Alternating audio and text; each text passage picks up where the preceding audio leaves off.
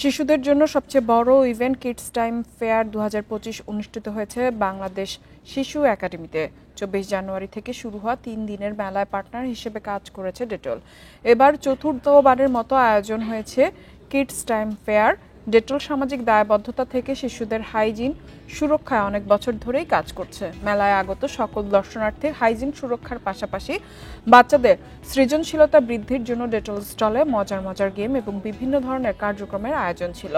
শিশুদের সৃজনশীল কাজে উৎসাহিত করতে ডেটলের পক্ষ থেকে সুন্দর ও আকর্ষণীয় উপহার দেওয়া হয়েছে।